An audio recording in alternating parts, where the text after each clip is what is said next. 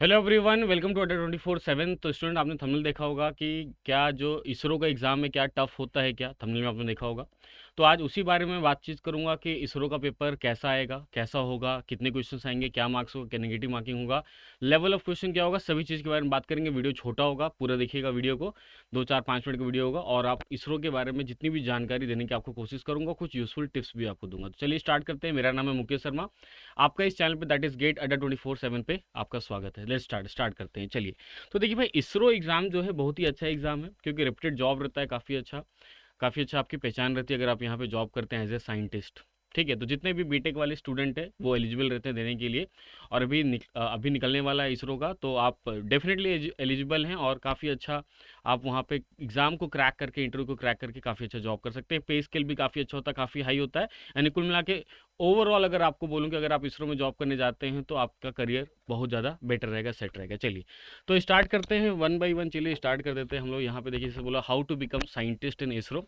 Step by step सब कुछ मैं आपसे बात करूंगा, सब चीज़ें के बारे में बातचीत करूंगा कि भाई क्वेश्चन जो होगा कैसा आएगा, क्वेश्चन पेपर कैसा आएगा, सिलेबस क्या होगा, पैटर्न क्या होगा, सब चीज़ के बारे में बातचीत करने वाला हूँ। चलिए भाई, सबसे पहले यहाँ पे सिलेबस के बारे में अगर बात करते हैं, अगर आप यहाँ पे आप देखेंगे कि सिलेबस कैसा आएगा इसरो का। सबसे पहली बात, तो सिलेबस जो है इसरो एग्ज़ाम का ऑलमोस्ट सेम होगा एज गेट एग्ज़ाम। जैसे यहाँ पे लिखा हुआ almost same as GATE exam, यानी गेट से सेम होगा। यानी अगर आप मैकेनिकल इंजीनियरिंग या सिविल इंजीनियरिंग से अगर दे रहे हैं या फिर किसी भी और ब्रांच से दे रहे हो, तो मोर और लेस या फिर ऑलमोस्ट बोलो 99% आपका सिलेबस क्या होगा, सेम होगा गेट एग्ज़ाम की। अगर आप गेट एग्ज़ाम की तैयारी कर रहे हैं तो वही चीज़ आपका पूरा इसरो में पूछे जाने वाला है, पूरा टेक्निकल मैथमेटिक्स जो भी है सब कुछ। ठीक है, पहली बात तो हुआ सिलेबस सेम है, तो आपको लोड लेने की ज़रूरत नहीं है, टेंशन लेने की ज़रूरत नहीं है। बिकॉज आपने कहीं से भी अगर गेट की कोचिंग की है या फिर सेल्फ स्टडी किया हुआ है, गेट का पूरा 100% सिलेबस आपने कवर अप किया, गेट 2023 भी आप दे चुके हैं, तो आप डेफिनेटली थोड़ा सा रिवाइज करके थोड़ा अच्छा करके कर सकते हैं। बट थोड़ा सा डिफरेंस होगा। कहाँ डिफरेंस होगा, वीडियो में आगे मैं आपसे बातचीत करूंगा कि क्या आपको कुछ नया करना है या फिर कैसे और तैयारी आपको करनी है करके। चलिए, एग्जाम पैटर्न के बारे में अब बात करते हैं। अगर एग्जाम पैटर्न के बारे में अगर मैं आपसे बात करूं, तो आप यहाँ पे देख सकते हैं, एग्जाम पैटर्न की बात कर लेते हैं। तो एग्जाम पैटर्न में कुछ ऐसा है। सबसे पहले नंबर ऑफ क्वेश्चंस पे ध्यान दीजिए। नंबर ऑफ क्वेश्चंस आपका 80 है, 80 क्वेश्चन टोटल आने हैं। और एग्जाम जो होगा 90 मिनट का, यानी 1.5 घंटे का आपका एग्जाम होता है। टोटल मार्क्स आपका होगा 240, यानी 80 मल्टीप्लाइड बाई 3। एक क्वेश्चन 3 नंबर का होगा, एक क्वेश्चन आपका 3 नंबर का होगा। और अगर निगेटिव मार्किंग की अगर बात करते हैं, कितना निगेटिव मार्किंग होगा दैट इज 1/3। अगर सही जवाब दिए तो +3 आपको मिलना है, और अगर गलत जवाब दिए तो -1 आपको मिलना है। एमसीक्यू टाइप का क्वेश्चन होता है। और जवाब नहीं दिए तो आपको 0 मिलना है। जवाब नहीं दिए उस क्वेश्चन का तो जवाब 0 मिलना है।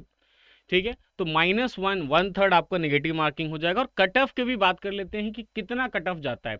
यानी अगर टोटल 240 नंबर का अगर पेपर हो रहा है इसरो का साइंटिस्ट के लिए, तो उसमें कट ऑफ कितना जाने वाला है। मैकेनिकल सिविल की लगभग अगर मैं बात करूं तो cut off every year very करता है, बट लास्ट कुछ ईयर्स का जब भी इसरो पेपर हुआ है उसके बेसिस पे अगर बताऊं तो रेंज 150 से लेके 190 तक जाता है। खास करके मैकेनिकल का थोड़ा ऊपर चला जाता है। मैकेनिकल में जो कंपटीशन होता है थोड़ा टफ होता है। तो मैकेनिकल का लास्ट टाइम जब हुआ था अगर आप देखेंगे तो लगभग 190 के आसपास शायद चला गया था। तो 150 से लेके 190 के आसपास जाएगा, तो आप हायर साइड वाले ही देख के चलें भाई। 180 190 आपका कट ऑफ होगा। यानी कुल मिला के अगर 190 की अगर आप बात करते हैं, तो आप देख सकते हैं 80 में से गिरे से हालत में 60 to 65 क्वेश्चन आपके सही होने चाहिए। ये आपका टारगेट होना चाहिए। यानी आपकी ना एक्यूरेसी भी सही होनी चाहिए, स्पीड भी सही होना चाहिए। क्योंकि देखिए 80 क्वेश्चन 90 मिनट में, यानी एक क्वेश्चन 1 मिनट आपको मिलेगा। स्पीड अच्छा होना चाहिए, एक्यूरेसी भी अच्छी होनी चाहिए, कंसेप्ट भी काफ़ी अच्छा आपके पास होना चाहिए। चलिए आगे बढ़ते हैं और बात करेंगे number of questions, duration, total marks, negative marks, cut off के बारे में तो बातचीत कर लिए हैं। अब आगे बढ़ जाते हैं थोड़ा सा comparison with GATE exam. GATE से कंपेयर करूंगा। आप कोई सोचेगा गेट से क्यों कंपेयर कर रहे हैं हम लोग, गेट से कंपेयर करने का क्या मतलब है। तो आप देखिए, एक साइड आपका गेट एग्जाम है, दूसरी साइड आपका इसरो एग्जाम है। दोनों में क्या डिफरेंस है अगर उसके बारे में बात करूं, तो देखिए गेट एग्जाम जो होता है इंजीनियर्स के लिए सबसे स्टैंडर्ड एग्जाम होता है, जो conducted by IITs and IISc. यानी आईआईटी उसको कंडक्ट करता है। और बहुत स्टैंडर्ड एग्जाम है, साल में एक बार होता है, हर साल एक बार होता है बेसिकली। एमटेक एग्जाम, एमटेक के लिए अगर बात करेंगे हम लोग कि अगर आप एमटेक करना चाहते हैं या हायर स्टडीज़ करना चाहते हैं, उसके लिए गेट पहले ज़माने में हुआ करता था। बाद में फिर उसे रिक्रूटमेंट होने लगा पीएसयूज़ में। तो कुल मिला के देखा जाए तो एवरी ईयर फरवरी में आपका गेट का पेपर होता है। और साथ ही साथ इसरो का कोई गारंटी नहीं है, जब नोटिफिकेशन आएगा तभी पेपर होने वाला है। जैसे मान लीजिए 2 साल से 3 साल से अगर नोटिफिकेशन नहीं आया तो नहीं होगा पेपर, इस बार नोटिफिकेशन आएगा तो इस बार होगा पेपर, कोई गारंटी नहीं। जब जितनी जरूरत है रिक्रूटमेंट की इसरो की तभी वो नोटिफिकेशन निकालेंगे, तभी वो जॉब की वैकेंसी निकालेंगे, तभी आप एग्जाम दे सकते हैं और जा सकते हैं। अब सवाल उठता है कैसे आप जा सकते हैं। अगर मान लीजिए इसरो में आपको जॉब करना है तो दो तरीका वहां पे एंटर करने का। पहला, आप गेट एग्जाम के थ्रू भी जा सकते हैं, उसका एक पर्टिकुलर कट ऑफ होता है कि गेट एग्जाम में इतना कट ऑफ, यानी इतने आपके मार्क्स आए या फिर इतना स्कोर आया या फिर इतना रैंक आया है तो आप जा सकते हैं डायरेक्टली वहां पे इंटरव्यू के लिए। या फिर दूसरा, आप जो गेट खुद, जो इसरो खुद अपनी एग्जाम ले रही है, आप उस एग्जाम का फॉर्म फिलअप करिए, एग्जाम को जाके दीजिए, उसके बाद वहां पे उस एग्जाम में भी अगर आप क्वालिफाई कर जाते हैं यानी कट ऑफ क्लियर कर जाते हैं तो भी आप इंटरव्यू के लिए जा सकते हैं, वहां से भी आप इसरो को ज्वाइन कर सकते हैं। दोनों तरीका है। तो मान लीजिए आपका गेट उतना अच्छा नहीं गया है तो आपके पास दूसरा मौका है, इसरो का एग्जाम लिखिए, फॉर्म फिलअप करिए, जाके एग्जाम दीजिए, रिटर्न एग्जाम, और अगर आप कट ऑफ को क्लियर कर जाते हैं तो इंटरव्यू दीजिए और आपका हो जाएगा सिलेक्शन। ठीक है। अब कंपैरिजन की बात करते हैं। भाई कंपैरिजन करेंगे कौन सा एग्जाम जो है, क्योंकि देखिए गेट से कंपेयर करने का क्या मेरा मतलब है। अगर मैं गेट एग्जाम से कंपेयर इसलिए कर रहा हूं क्योंकि अगर इंडिया में अगर बात की जाए तो कोई भी स्टूडेंट ऐसा नहीं होगा जो ऑलमोस्ट गेट एग्जाम के लिए तैयारी नहीं करता होगा। अगर वो सेल्फ स्टडी करे, कहीं से ऑफलाइन कोचिंग करे, कहीं से ऑनलाइन कोचिंग करे, लेकिन कहीं ना कहीं स्टूडेंट जो है गेट एग्जाम का तैयारी करता ही है, गेट एग्जाम के पूरे सिलेबस को, पैटर्न को फॉलो करता है।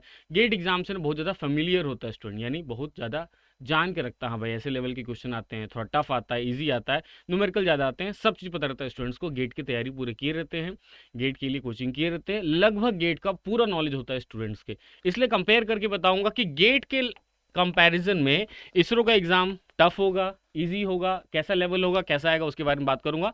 तो कंपैरिजन में सबसे पहले तो बता चुका हूं कि सिलेबस तो दोनों का सेम है, सिलेबस दोनों का सेम है। आगे बढ़ते हैं, देख लीजिए यहाँ पे अगर एक चीज आप देखेंगे तो आपको दिख रहा है, यहाँ पे देख लीजिए इसरो में वन क्वेश्चन, इसरो का अगर एक क्वेश्चन आप सॉल्व करते हैं तो उसके लगभग आपको 1 मिनट मिलता है, अप्रॉक्स बोल रहा हूँ, एग्जैक्ट नहीं बोल रहा हूँ। और अगर वहीं अगर आप गेट का अगर मान लीजिए क्वेश्चन सॉल्व करते हैं एग्जामिनेशन हॉल में बैठ के तो लगभग एक क्वेश्चन के लिए आपको 3 मिनट या उससे थोड़ा सा कम मिलता है, अप्रॉक्स 3 मिनट यहाँ पे बोल दिया। आप एक चीज ध्यान दीजिए, आपको एक क्वेश्चन के लिए 3 मिनट मिल रहा है, एक क्वेश्चन के लिए 1 मिनट मिल रहा है, तो डेफिनेटली अगर लेवल ऑफ क्वेश्चन की बात करेंगे, लेवल ऑफ क्वेश्चन की अगर हम लोग बात कर लेते हैं तो लेवल ऑफ क्वेश्चन जो होगा वो क्या लगता है, कहाँ पे इजी होना चाहिए।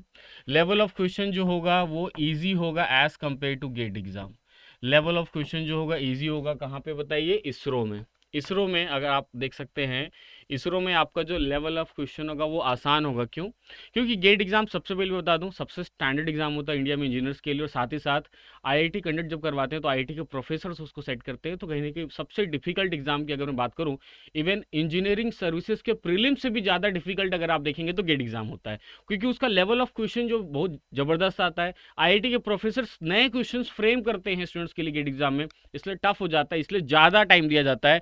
3 घंटे में यानी 3 आवर्स का टेस्ट होता है गेट का, उसमें टोटल 65 क्वेश्चंस खाली आते हैं। लेकिन यहाँ इसरो में आप देख सकते हैं आपके पास 80 क्वेश्चंस के लिए आपको मिलता है 1.5 आवर्स आपको मिलता है, यानी 90 मिनट आपको मिलता है। देखिए कहाँ 65 क्वेश्चन के लिए 3 घंटा मिल रहा है गेट में, इसरो में 80 क्वेश्चन के लिए आपको 1.5 घंटा मिल रहा है, यानी लगभग एक क्वेश्चन के लिए आपको 1 मिनट, और यहाँ एक क्वेश्चन के लिए आपको 3 मिनट मिल रहा है। यहीं से आप अंदाजा लगा सकते हैं कि आपका जो लेवल ऑफ क्वेश्चन जो होगा गेट की कंपैरिजन में इजी होगा, बहुत इजी होगा गेट के कंपैरिजन में। ठीक है। और यहाँ पे मैं आपको एक चीज़ और बताना चाहूँगा, कैलकुलेटर भी अलाउड नहीं होता है गेट में, आपको कैलसी अलाउड होता है, यानी कैलकुलेटर जो है अलाउड होता है, बट यहाँ पे आपके पास जो है कैलकुलेटर अलाउड भी नहीं होता इसरो में। तो कहीं ना कहीं आप देख सकते हैं थ्योरेटिकल वाला पार्ट ज़्यादा आने के लिए है, इसीलिए कैलकुलेटर भी अलाउड नहीं रहता है। लेकिन इतना तो समझ के कंपैरिजन में कि सिलेबस सेम है, बट क्वेश्चन जो है यहाँ पे ज़्यादा और टाइम कम, क्वेश्चन यहाँ पे कम और टाइम ज़्यादा आपको मिल रहा है, यानी एक क्वेश्चन के लिए यहाँ ज़्यादा टाइम मिलता है, कम मिलता है, इसलिए क्वेश्चन जो होगा आसान जो होगा वो इसरो में होने वाला है, इतना तो आपको तय है। तो आपको क्या करना है, बेसिक कंसेप्ट्स आपके क्लियर होने चाहिए, जहां से अगर थ्योरेटिकल क्वेश्चन आएगा तो जल्दी आप टिक कर सकते हैं, with in 30 second 40 second 50 second में आप क्वेश्चन को बना सकते हैं। हाँ, बट मैं ये नहीं बोल रहा हूँ कि न्यूमेरिकल नहीं आएगा। अगर किसी को लगता है कैलकुलेटर अलाउड नहीं है तो क्या न्यूमेरिकल नहीं आएगा इसरो में? आएगा, डेफिनेटली आएगा।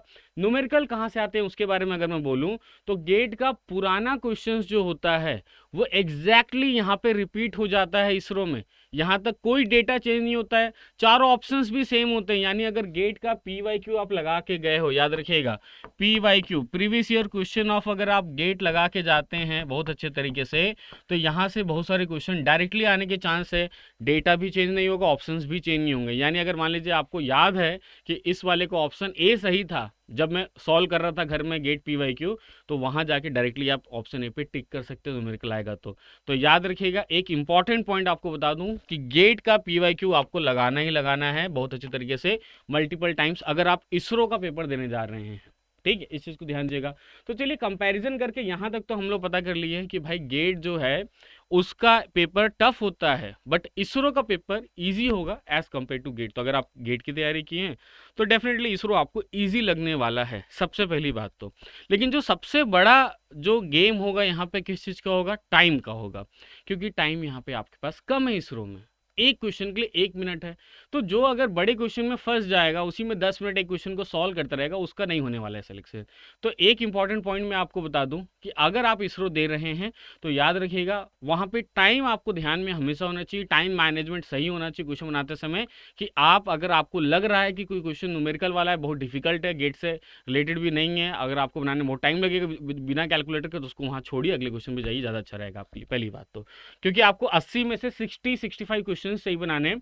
तो अगर 10-12 क्वेश्चन आपके नहीं भी हुए, 5-7-10 क्वेश्चन नहीं भी हुए, तो कोई बहुत बड़ी बात नहीं, आप कट ऑफ तो पार कर ही जाएंगे सबसे पहले। चलिए यहाँ पे आप देख सकते हैं बहुत ही अच्छा कोट यहाँ पे दिया हुआ है कि अगर आपको सक्सेस होना है, success is when your signature changes to autograph. बात सही है, सक्सेस का मतलब वही होता है। वैसे तो सक्सेस अगर देखा जाए तो अलग अलग लोगों के लिए अलग अलग सक्सेस माना जाता है, सबका एम अलग अलग होता है, उसके हिसाब से सक्सेस होता है। बट फिर भी मेहनत करिए काफ़ी अच्छा करने के लिए। उसके अलावा अगर मैं आपसे बात करूँ कुछ इंपॉर्टेंट टिप्स के बारे में, आपसे बात कर लेता हूँ। तो इंपॉर्टेंट टिप्स में 2-3 चीज़ देना चाहूँगा। सबसे पहला वो देना चाहूँगा कि अपना पूरा कंसेप्ट काफ़ी अच्छा आपका होना चाहिए। यानी आप गेट के लिए जो स्टडी किए हैं, आप जितना भी गेट के लिए पढ़े हैं ना, उसको आप बहुत ही अच्छे तरीके से रिवाइज करके जाइए। सबसे पहली बात तो पूरा कंसेप्ट अच्छे से रिवाइज करिए अगर आप गेट के लिए तैयारी किए हैं तो। उसके अलावा गेट का PYQ जरूर लगा के जाइए, बहुत बार लगाइए गेट का PYQ, 3-4-5 बार, जितने बार लगा सकते हैं। याद भी हो जाना चाहिए भाई, हाँ किस टाइप का क्वेश्चन था, इसका क्या आंसर आ रहा था, इस टाइप का हो जाना चाहिए। सिर्फ मैं ये 2 ही चीज़ बोलूँगा, 2 टिप्स आपको दूंगा कि भाई कंसेप्ट काफ़ी अच्छा करिए, यानी गेट के लिए पढ़े हुए हैं तो पूरा क्लास नोट्स को रिवाइज कर लीजिए। उसके अलावा गेट का PYQ जरूर लगा के जाइए। हाँ, हो सकता है तो आप इंजीनियरिंग सर्विसेज EAC का प्रीलिम्स जो है उसके भी PYQ को लगा के जाइए, तो आपको ज़्यादा हेल्प मिलेगा। इंजीनियरिंग सर्विसेज के PYQ को भी आप लगाएंगे प्रीलिम्स वाले को, तो आपको हेल्प मिलेगा। बट गेट का तो लगाना ही लगाना है, 100% आपको लगाना है। पूरा कंसेप्ट अच्छे से रिवाइज करिए, पूरे क्लास नोट्स को अच्छे से पढ़िए अगर आप गेट के लिए तैयारी किए हुए हैं तो। ठीक है, चलिए फिर यहाँ पे एक कोट आपके पास और है, मोटिवेशनल कोट्स आपके पास और है, यहाँ पे आप देख सकते हैं। To succeed in your mission you must have single minded devotion to your goal. तो भाई सीधी सी बात है, अगर आप इसरो का फॉर्म भर के इसरो का अगर एग्ज़ाम देना चाहते हैं तो याद रखिएगा मेहनत उसी लेवल का होना चाहिए। आपको ध्यान होना चाहिए 1 मिनट में एक क्वेश्चन मेरा सॉल्व हो जाना चाहिए, कंसेप्ट हो चाहे फिर न्यूमेरिकल वाला थ्योरेटिकल क्वेश्चन हो, जो कंसेप्चुअल हो चाहे फिर न्यूमेरिकल वाला क्वेश्चन हो, सब बेहतरीन तरीके से आपसे वहाँ बनना चाहिए। थोड़ा सा हाथ से कैलकुलेशन फास्ट होना चाहिए, कैलकुलेटर अलाउड नहीं है तो। और गेट की PYQ को अच्छे से लगाइए, कंसेप्ट को अच्छे से बस रिवीजन करिए, जितना आपको इंपॉर्टेंट टिप्स दिया उन सबको जरूर आप फॉलो कर लीजिए। ठीक है, तो डेफिनेटली इतना अगर आप सब कुछ करते हैं तो इसरो एग्ज़ाम में आप जरूर सक्सेस हो जाएंगे, जरूर इसरो एग्ज़ाम को आप क्या कर पाएंगे, क्वालिफाई कर पाएंगे। ठीक है, तो चलिए मेरा नाम है मुकेश शर्मा और ये जो चैनल है दैट इज़ गेट अड्डा 24/7, यहाँ पे गेट के लिए बेहतरीन कंटेंट प्रोवाइड किया जाता है सभी ब्रांच के लिए, मैकेनिकल, सिविल, इलेक्ट्रिकल, इलेक्ट्रॉनिक्स, और साथ ही साथ टीम भी बेहतरीन है। अगर आप पेड कोर्सेज में आना चाहते हैं आइए और पेड कोर्सेज में बेहतरीन तरीके से पढ़िए मेरे साथ, मेरी टीम के साथ। उसके लिए आप कोड यूज़ करिए Y680 कोड यूज़ करिए आप, और आज ही पेड कोर्स को परचेस कर लीजिए। मात्र 5,500 रुपये में 1.5-2 साल का आपको वैलिडिटी मिल जाता है। पढ़िए और गेट 2024 में मस्ट टॉप करिए। तो आज ही अड्डा 24/7 के ऐप इंस्टॉल करिए या फिर वेबसाइट पे जाइए, अपना कोर्स परचेस कर लीजिए। और साथ ही साथ इस चैनल पे अगर आप पहली बार आए यूट्यूब चैनल पे तो चैनल को सब्सक्राइब करिए, बेल आइकन को हिट करिए। उसके अलावा वीडियो को लाइक करिए, अपने दोस्तों के साथ भी शेयर करिए। चलिए मिलूंगा आपसे नेक्स्ट वाले वीडियो में। आई होप ये वीडियो आपको ज़्यादा हेल्प करेगा आपकी गेट की, आपकी इसरो की तैयारी के लिए। तो मिलते हैं नेक्स्ट वाले वीडियो में। Okay, bye all of you, bye.